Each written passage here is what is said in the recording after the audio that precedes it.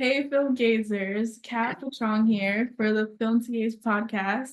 This podcast is all about underground cinema, and we love highlighting the experiences of filmmakers paving the way in today's industry. And today's guest is Diego Garcia.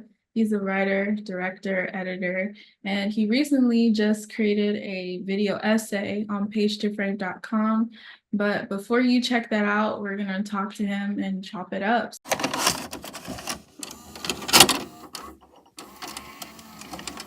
So, hey, Diego.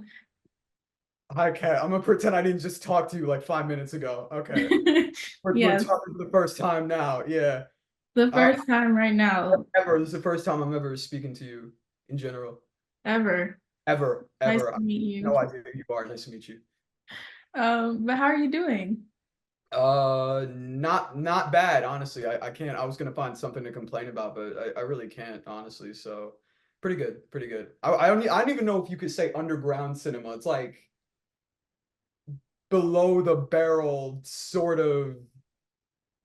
Yeah, I don't know. Below the barrel cinema? Below the barrel cinema. Yeah, that's the term. Like it's like I just started again. So That's it's real. that was the funniest thing with the whole page to frame thing. It's like, oh, for the underground. It's like, bro, we just got here. Like, I don't know. Like we'll figure it out eventually, It's but like crabs in a barrel. We're like under the barrel. we're like under the barrel, but we gotta get to underground and then we're slightly above the barrel. But it is what it is. No, that is It's like real. just graduated school and then you see the bill and you're like, oh shit, that's it's that sort of level. Like, but I don't, is that underground? I guess that counts as underground. I mean, we're in the dirt. That's underground. That's dirt. Okay, dirt. Yeah, dirt's a better way to dirt cinema. Dirt cinema. Dirt cinema. Dirt cinema. Yeah, I'm gonna quiz you on your favorite directors to see how well you know them. Oh God. It's only two questions. They're easy. Okay, that's not Yeah. bad. All right. Okay, so which director was the first to direct a sibling in an Oscar-nominated performance? Ooh, And if you want to know the performance, I'll let you know that. that's that's actually good. That okay. First sibling, and this is these are from the ones I gave you, right? Yeah. Okay. All right. Siblings. Let me think. I'm gonna try not to look at it. It's got to be Coppola, right? Yes, you're actually Okay. right. All right. Yeah, I almost because I was thinking Spike too, because Joy Lee's in a bunch of his stuff. But yeah, Yeah, that's actually, yeah, he did both of them. both of them. Yeah. He directed his sister in The Godfather Part 2, and Oh, yeah. she was nominated for Best Supporting Actress. Oh, Talia Shire. Yeah, of Yeah. course. So, second question. Which director did a tour of duty in Vietnam? Oh, that's Oliver Stone. That's easy. Oh, okay. Well, Because not they're that's not what too hard. Platoon's from. So the whole it's just that's his whole experience basically. Right. Yeah. Right. And like other question, because I'm just curious, but what was the last film you watched? Last film, what was the last film? I think it was Sunset Boulevard because I watched the Quiet on Set thing, but that's more of like a miniseries-ish kind of thing. But I saw Sunset Boulevard at the Metrograph, and then I think I walked in. I was like late after the first 10 minutes, but I was still. It was such a strange sort of afternoon that I just ended up getting sucked in by the whole thing. Like it felt like every time I feel like I watch a film, it's never I look at it like objectively like okay this the camera placement's nice it's sort of like how is it affecting you at the time so Mhm. whenever I watch a Psycho or a Magnolia, I'll be in a certain headspace and it ends up resonating on that level and I end up connecting to it through some strange means. So I think it was kind of the same with Sunset Boulevard where you kind of connect it with certain things that are happening in your life or certain phrases you heard. So walking in on that and getting to that point, it was definitely it felt like a dream the whole thing. But it was very good film. Very like rewatching it again. I actually watched it again yesterday. I think I like it even more now. I think it's just brilliant. That was my first Billy Wilder film too. I'd always heard how good it was, but I hadn't seen it up until Thursday. Yeah. Nice. I love it when films kind of just immerse you. And then like if it's a bad film, little things will take you out of it, but the more immersive the experience, the better it is, you know? Yeah, and there's always something that sticks with you. Even well, it's the beauty of art too. Even if it's a bad film, there's something not even that you resonate with, something that you kind of remember from it that you end up. I feel like you end up unconsciously or subconsciously taking it to like a project you do or something like that. That's Some, very true. yeah.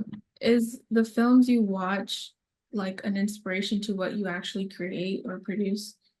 It it all kind of depends. I think I would say yes, but even because the way I edit, it's mostly sort of inspired by sort of like either the music I listen to or a lot of it's kind of David Lynch and Oliver Stone, especially in the way I edit, because I kind of love the hyper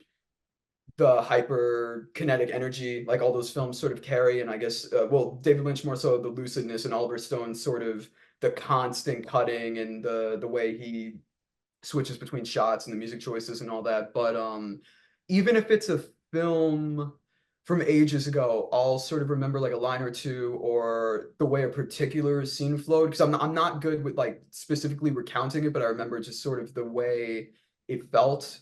I Mhm. think in the past. So I even when you're not thinking about it, you end up incorporating it on some level. So yeah, I guess it all just kind of flows through. Yeah, kind of like what you were saying before, that subconscious level, films just kind of stick with you. Right.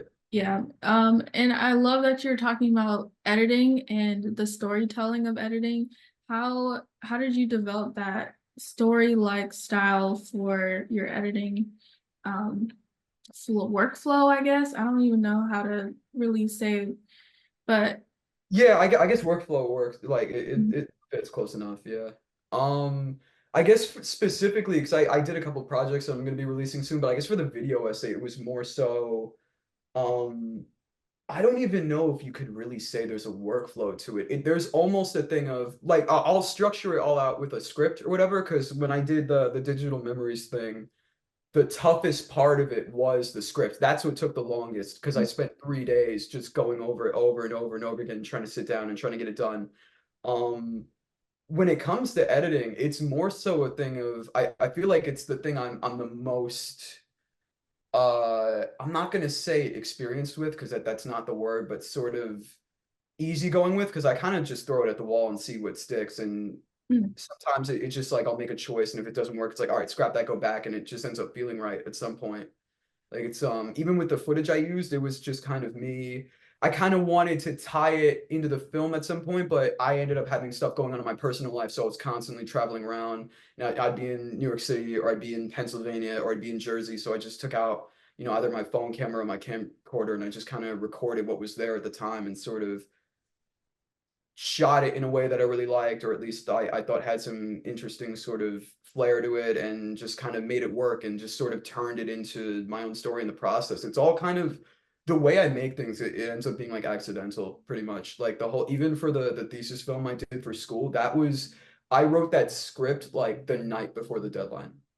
oh wow, I didn't know that. That came out of nowhere. That was sort of like a let me see if I have it in me. And then I'm reading back like half the lines and I'm like, yo, where the fuck did I get this from? And then I realized one of the things was from like a Earl Sweatshirt song, and then the other one was from like Tim Burton's Batman, like a couple of the lines. And I didn't like subconsciously, like I didn't even realize I was doing it, but it all kind of, I guess all like I said before, all the influences kind of flowed into it. Like even if Into it's your creative process, yeah, like it all just starts coming up.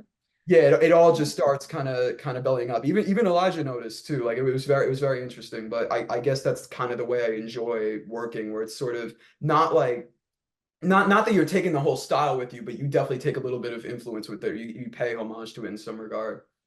And you wear a lot of hats. You're a writer, director, editor, right? So which hat takes most control when you are in your creative process? Like, do you think of the edit last, or do you think of how it's gonna look, or what type of actors? Like, what's your work process like when it comes to creating your short films? Let's just go off of Spaceport 4, your Oh thesis. God. Yeah. For example. I gotta revisit that. Oh no.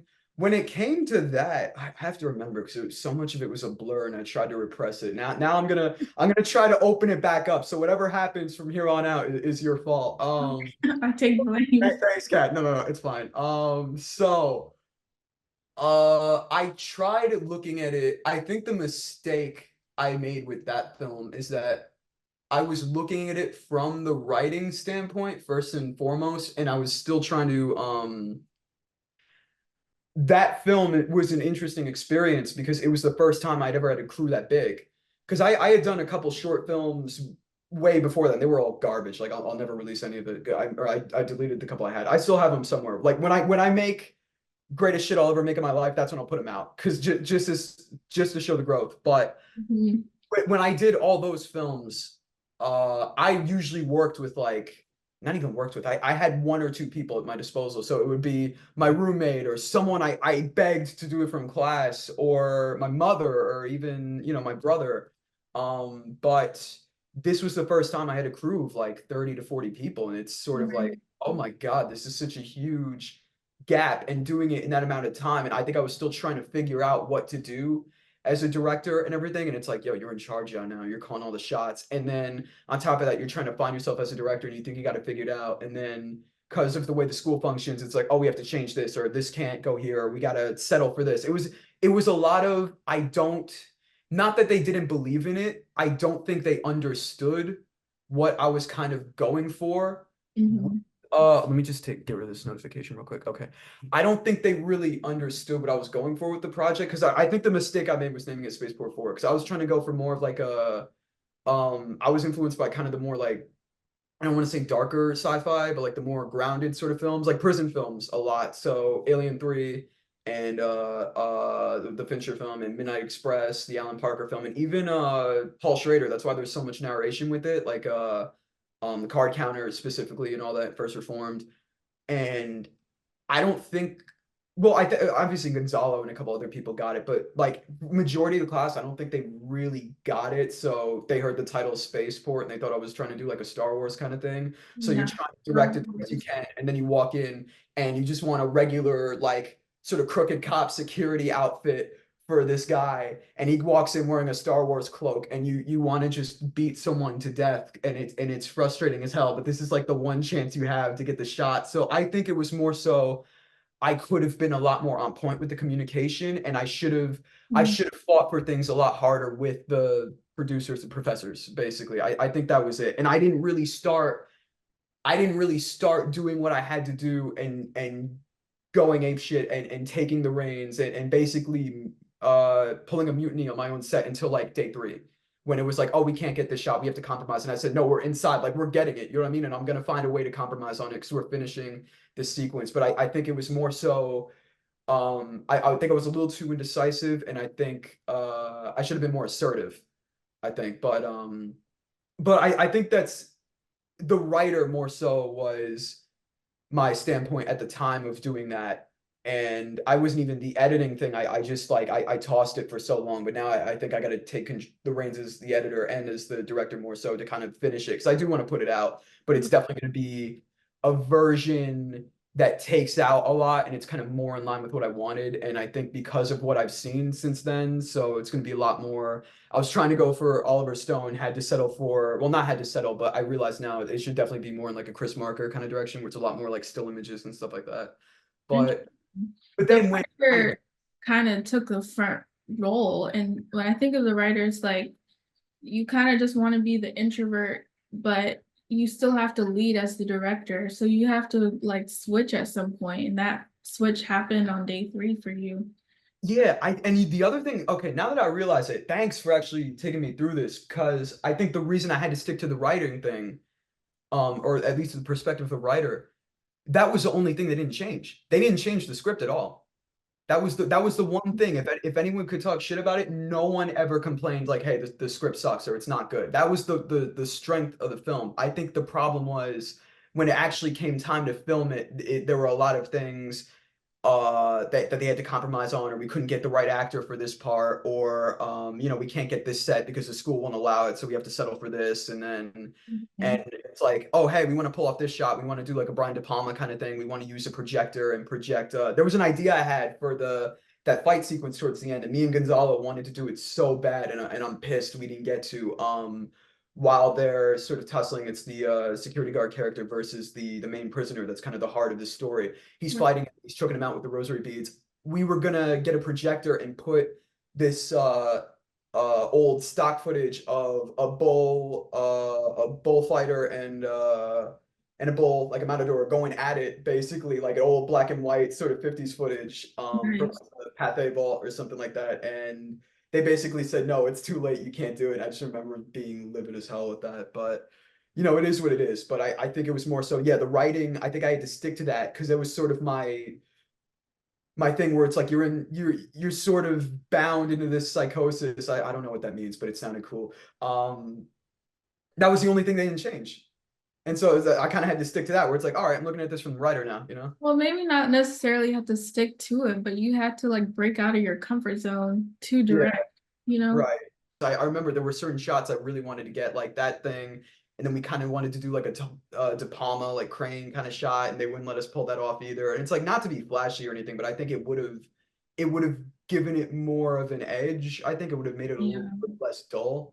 But I don't think I really started to really take over as the director kind of thing until I did the other two projects that I did, the FI7 one, and then even the one with that I shot with Elijah and Zach, Concord. I think that's the next one I'm really honing in everything on, and I think that one's gonna be pretty good. Even Elijah's gonna be coloring it again after he films this documentary thing he's got going on. But I've seen clips from it and it looks fantastic, so I'm excited to see what he does with that.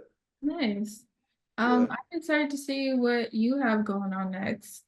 Are you working on anything? Are you in a creative rut? Are you out of it? Like, I actually just got out of the creative rut because he made me do the video essay and everything, and I think he knew, and I think that was his goal too, because I think he knew I was bummed out by what happened with Spaceport, and I just didn't want to touch it. And then there was another project I was just working on, and it was I didn't direct it, but I just like I was editing it. It's like, oh my God, is that all there is to this? You know what I mean? And then I was gonna edit for this other dude, and he's gonna pay me, and then I edited it, and it was a piece of garbage, and then I got gypped on money, and then it was a whole lot of I helped a lot of people out. Is like, and when I got back to New York too, and my intention was to just like sort of not sit in the sidelines, but actually kind of help and edit and do whatever. And I got not to be dramatic, because I know this is not like an America's Got Talent thing, like where I'm just gonna like do a pity party, but that's not the intention here. But I got screwed over a lot, and I got bummed out, and I almost kind of quit the whole film thing at a certain point. It's like, you know what, let me just get a job and just give up. Like, I mean, which I'm still gonna do anyways, because I need money. But I didn't want to touch like the editing bay or a camera anymore. And I think the reason I did the digital memories essay was sort of like Elijah saying, like, no, no, like you're gonna do this, like basically forcing you out of that coma, which I'm owe him everything. 'Cause that it definitely helped, and I want to do more stuff now again, like which like getting back on the thing I edited, because I think Concord has a little bit of potential. I think it's cool. yeah, that creative coma. I like how that sounds because it's very real. You kind of feel paralyzed and like Yeah. unmotivated, like you have. But I also like these periods because everything that you've experienced in the creative coma comes back to you once you're out, and you're like a flood rush of downloads and ideas just come hit you at once. Um, so I, there's th- a I think it helped. Yeah, it was an yeah. unintentional creative coma. But the other thing I realized, and I apologize, I didn't mean to cut Well, you go off. ahead. But, I think it ended up helping the writing or even the flow of what I'm doing now even more, because it was sort of and that was that whole going back to the whole thing where particular films will resonate with you at particular times. Because once I was going through all this stuff, I saw 25th Hour at the same time, and that film in particular had resonated with me for whatever reason out of nowhere, and it started this whole cycle of like, okay, maybe this is for you, maybe you do want to do this again. And then watching Magnolia in a theater all over again. It's just all the memories and all these things sort of flood onto you, or Right. everything comes back, and you realize like, okay, this was fate, like Your why, you're supposed to your do this. reason why to even start came back. Yeah. Yeah, it all came back where it's like, no, this can be told. You just have to make it not boring. Like, not obviously you don't want to do a stupid like semi autobiographical thing where it's like, oh, this is about my life and what I went through. You just frame it through another character's eyes, and obviously you exaggerate and you make it cool enough and worth watching. And I think that's like the majority of films. It's just no one really says it. Like if you think about it, every film is basically like a semi autobiography in some sense. That's real. Yeah, because I don't think it's an ego thing. It's more so. like as a director, you kind of obviously, I'm just getting started, obviously, unlike a lot of people, but it's um even from the little I've done, you kind of realize you have to put yourself in those shoes. You know what I mean? Or else it doesn't work. You have to have that conviction. It's not sort of a thing of like, oh, he's literally me. It's more so you don't have a choice, you It's a know? part of you, Yeah, it's a part of you, whether you like it. especially if you wrote it. Yeah. Yeah. Yeah, especially if you wrote it, even if you act it, like even like Val Kilmer in The Doors or something like that, where it's like, yeah, you kind of have to inhabit that character at a certain point. Like it just comes with the territory. That's a fact. Yeah. Fact. I had this one experience where I was writing for it was a scene, it was a play. So in high school we had to write a scene and then got to watch it for like our senior project. And that was such an interesting experience. And kind of like you, I was so wrapped up in the writer role during rehearsals. I was so focused on the script, I forgot to watch like the actual performance. And Yeah. my teacher and mentor, he noticed me so focused on the words, he Yeah. snatched the script out of my hand and was like, look, pay attention, you know? So I think shout out to writers and directors because you really got to turn off certain hats to really be present in the role. But yeah. Um Task, but yeah, it's worth it. I think the other mistake I made too was shutting off the writer part completely and as a director and then just watching what's going on and then it's like okay and then just not wanting to deal with it and then shutting right back into the writer thing where it's like okay this is how it's supposed to go and it was that was a whole thing too. Yeah, but would you have trusted someone else to direct it no. on the no, I, okay. I would have I would have rather gone down with the ship, honestly, which is like I because you know what I mean? I the whole thing with it, I can't even really consider it like, oh, it's a failure. One, it was a learning process, and two, the only edit I gave them of it was like the version for school. That's not even my final one. That's like a rough cut, and I think I was dissatisfied with the rough cut that I didn't want to touch a final version. That's what happened. Oh, It I see. wasn't still a thing of like, oh, I'm still working on it. It's like I didn't even want to look at it. But I think now if I went back and saw, okay, here's what I could salvage with it, here's what I could fix, I can still do that. Like Concord, I think I'm a lot more excited for because that was, I'm just gonna turn on the light real quick because it's getting dark out here. Okay, perfect. Okay, you got more light. Yeah. It's LED, so it looks like garbage, but it's all good. With Concord, that was the last big project I did before I left Florida. And I did that with Elijah, obviously, and my roommate, Zach Peter, who's the shout out to both of them. They're great, love them to death. We didn't write a script for that. And I think that was a challenge because with Elijah told me he did Absence of Color and he wrote a couple pages and that was it. And they just kind of improv it from there and he kind of made it up on the spot. And I Wow. kind of wanted to try that similar. So I gave him because I really wanted to co-direct it with him, which I feel like he did. He's basically the co-director of that, but he settled for the DP role and he God bless him, he did such an exceptional job. But I went to him with the structure, we figured it out, and then from there, I gave it to Zach and he played the role. Basically, we just kind of improv the whole movie essentially. And I think that one I'm more so proud of because it's like, okay, here's what you could do with just like 3 or 4 days and barely any money and a camcorder and a Canon and even I think we did some shots on the iPhone too just to see what would happen for the hell of it. And I think that one there's a lot more to work with because and it's going to be not easier to fix. Spaceport is the one I kind of consider I would use the term I have to fix this.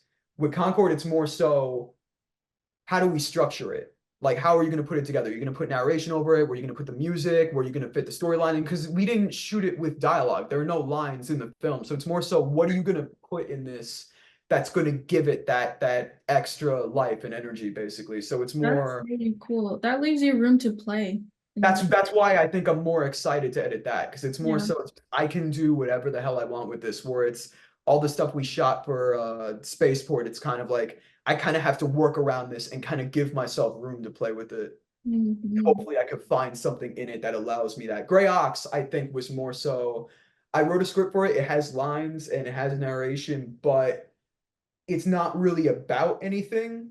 It's I kind of wanted to do it like an old like Big Sleep sort of Big Lebowski kind of thing where it's more so about the not to be that guy, but the aesthetic of it and how it feels and stuff like that. So that was fun to play around with too. And I think you could do a little more with that, but there were still certain limitations with that because we are still sort of under the school rules a little bit. So because I wanted to do a lot more with like shots of, you know, cigarettes and all that and like Yeah, you know, they and were everything. not about that life. They were not about that life, but Yeah. I was completely about it. And then Concord, we got to go crazy and do whatever the hell we wanted, basically. So And there's the fact that it's improv, I'm sorry to cut you off. no, you're all good. Yeah, Concord, we just got to the Concord's like the real sort of like R-rated one. So there's blood and just like shooting in places where you didn't have a permit. You just like go wherever you wanted and you know, guns and stuff like that. But it's cool. So The fact that it's improv shows how much trust you had in your crew. Like way more trust in the smaller crew than like a bigger crew, you know? it's funny as hell because they were so calm, but I was the one kind of freaking out because it was I think it happened on the same day where we shot on some parking lot or whatever, and some dude was like basically threatening to call the cops on us, and I was like, I don't care. And then all of a sudden we're shooting behind some airport, and that's when I started like freaking out, like, oh my God, don't do this. And then I bitched out of that, and I should not have. And they were so calm about it though. It was like a complete like it was a complete role reversal. I thought I was going to be the gung ho one, and they were just going to be freaking out. And it was the exact opposite. Awesome. But yeah, Have you worked in any like other productions that pay you? Um, yeah, I did a couple of production assistant gigs. Last two I did were paid, and it was one of them was like I don't know. It was like a commercial kind of thing. I don't I think the last one I had to sign an NDA on, so I don't want to say too much about it. Like it's nothing insane or right. anything. It was just like a commercial shoot, and I don't know what I can give away and what I can't, even though it's nothing like it's Well, our next segment is actually the PA peasants like story time. So if you okay. have a different story about a time you were a PA, we'd love to share it if Yeah. you want to. Uh, Is there like a time limit on it or? this is only gonna be 30 minutes, but Oh, okay. Oh yeah. Oh, I saw 9. I thought it was counting down to like 30 seconds. I got freaked out. Okay. and then it blows up and then our And computer. it's over. And we're both dead. Okay. Yeah. I mean, it's a pretty cool way to end a podcast, honestly. Like what Yeah. other? I'm sure there's one other thing. Cliffhanger. It's like I think it's Film2GAZE goes straight to live leak. That's pretty cool, honestly. I respect that. But PA horror stories, you said, right? Or what was it? PA Ah, punishment? horror stories. If you have one. Yeah, okay, no. PA, what was it? Oh my God. PA peasant, like PA peasant. There we go. we're at the bottom, we're in the dirt. PA peasant. Yeah. Yeah. Oh, I okay, you're talking about paid gigs because I have so many stories It from doesn't have to be paid if you don't want it to be. no, it's okay. I didn't really have any horror stories except it was like trying to move this gigantic truck from across the street into this person's backyard, and they got mad at me because it wasn't according to the map. But it's like, what else am I going to be able to work with? Because it's a we filmed this on a completely busy street, like it's not desolate. But I think it was more. I think all not horror stories, but the PA peasant thing is more so what happened at school and certain people I was put under the wing of, and I didn't know the strangeness of it until it was too late. Like nothing happened to me personally, but it's just you get some strange characters and you go into an office and they're like, oh, talk to this guy, he's currently PAing on this set, and then I don't want to say the name, I don't want to say the Yeah, name, but no, no, I'm not gonna. I was gonna pull the Kanye thing. I'm not gonna say who it is, but it's that. No, you're right. it's you could bleep it out. It's I think you know who I'm talking about. And if Okay, I'll believe it. for all the guys that for all the ladies and gentlemen that went to school with me, you know exactly who I'm talking about. So I go in the office and it's like, and I just tell him we're just talking casually, like, hey, listen, I want to participate in more sets because I didn't know what the APM was at the time, and I think my roommate Zach had just started doing them, and he goes, okay, no problem, but you know, why don't you talk to this guy? He'll you know, he's actually the assistant director this month, and he'll take you around. It's like, okay, cool, it seems all right, little strange, but you know, then again, we all went to Full Sail, we're all strange, so it's all good. I try not to cast judgment, you know, let he who is without sin cast the first stone. And then all of a sudden he's like, okay, be here tomorrow, we're gonna have we're gonna do like a rehearsal in the morning. And I go, okay, cool, no problem. So I'm there, 9 o'clock, I'm waiting, and the APN office, and no one's there. Not a soul shows up, and I'm like, what's going on here? And I'm waiting, checking my phone, waiting for somebody to show up, and it gets to like 12, and this person, this guy is the only one there. And he's like, oh, hey, yeah, so no one's here. And I'm like, okay, so can I go home now? Like, I came here to help out. He's like, actually, I'm a little hungry, and so I think maybe you should go to lunch. I'm like, I mean, yeah, but listen, I got stuff to take care of. I was trying to be friendly. I was trying to be friendly. Like, I wasn't trying to be mean, but it's like, Right. I gotta go. I gotta take care of things. He's like, no, actually, I think we should go to lunch. And I'm like, all right, fine, we'll go. And it's like, okay, you take your car, I'll take mine. It's actually, I don't have a car, so you're parked out there, right? And I'm just like, God. Wait, what? Yeah, I had to go. I went to what was the pizza spot called? Mellow Mushroom.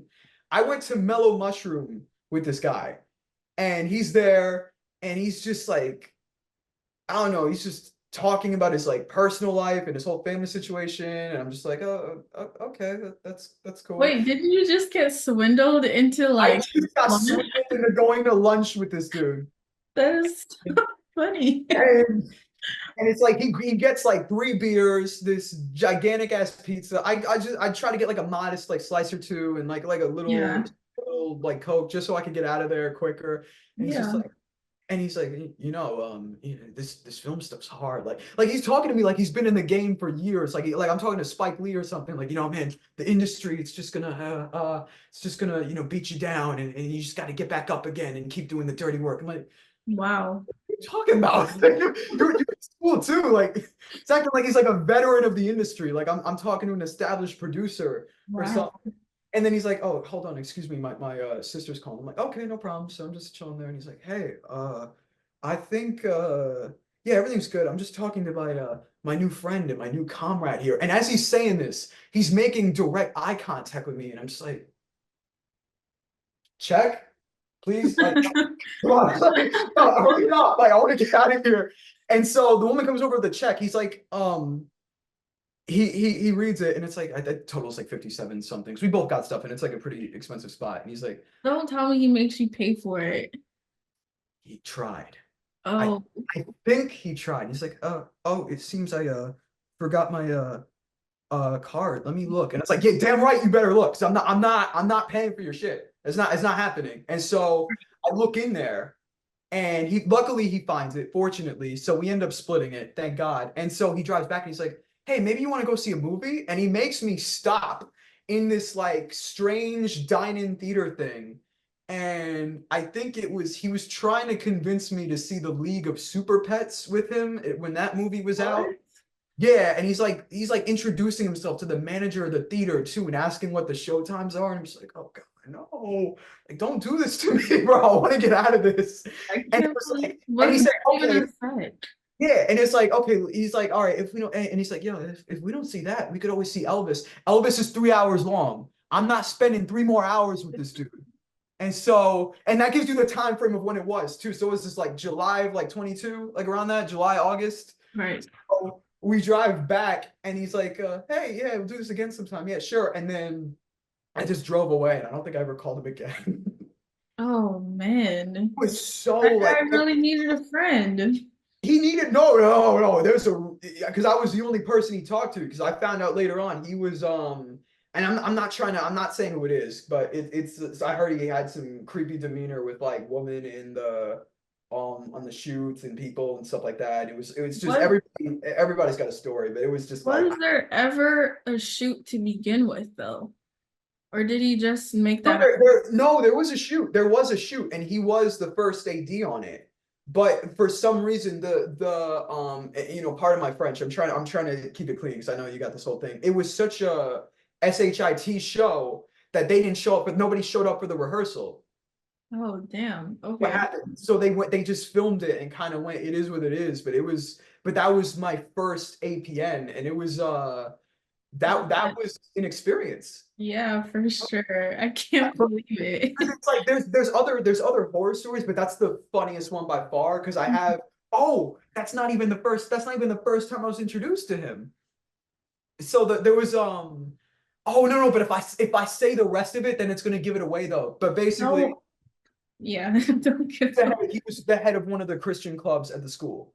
And so Oh, I had kind of had a lot of personal things going on in my life. I was you know, for the sake of not getting depressing, I don't want to get into the extent of what I was feeling at the time, but it got dark. That's all I'm gonna say. It got dark. And so I needed some sort of faith or something in my life. So I'm like, okay, let me talk to anyone, you know, Catholic, Pentecostal, Baptist, anyone I could get in contact with. And I think I put, you know, child of God and Reformation process in my bio at the time. And then this person hits me up and they're like, okay, so what I just read your bio. Sounds kind of Catholic. Maybe you consider changing that. I'm like, what?